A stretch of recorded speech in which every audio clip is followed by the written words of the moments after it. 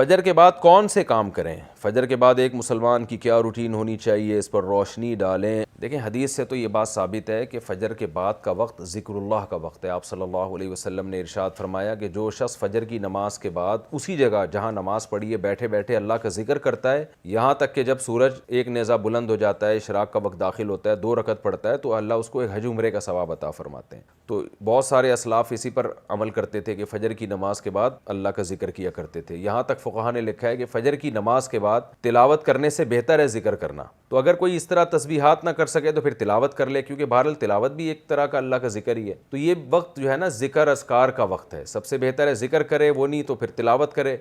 तो लेकिन वाजिब कुछ भी नहीं है इसमें। तो अगर आप फ़जर से पहले कर लें ज़िक्र, फ़जर से पहले कर लें तिलावत, तो भी जायज़ है। शरीयत में आपको इसका इख्तियार दिया है। लेकिन फ़जर के बाद सोना फ़ौरन, ये बहरहाल शरीयत में नाजायज़ हराम ना भी हो लेकिन नापसंदीदा है। बहुत सारे असलाफ़ से इसकी कराहत मनकूल है। तो अगर कोई मजबूर हो तो एक अलग बात है। जैसे किसी को रात को नींद ही ना आई हो और उसने सुबह 8 बजे कहीं जाना है, अब वो अगर फ़जर के बाद नहीं सोएगा तो वो आगे नींद पूरी नहीं होगी, मसाइल खड़े होंगे, तो वो अलग बात है, वो सो जाए।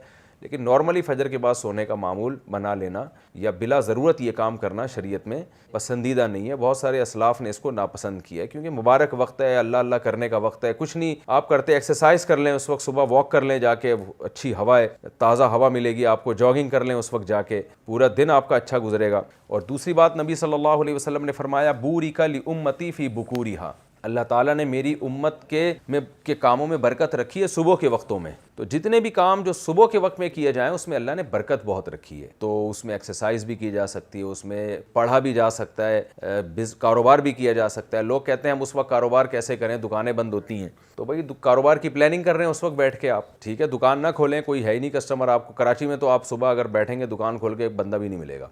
लेकिन हमारे एक दोस्त ने ऐसा किया, दोस्त तो नहीं, जानने वाले थे। उन्होंने क्या किया, उन्होंने कहा कि मैं फ़जर के बाद दुकान खोलूँगा।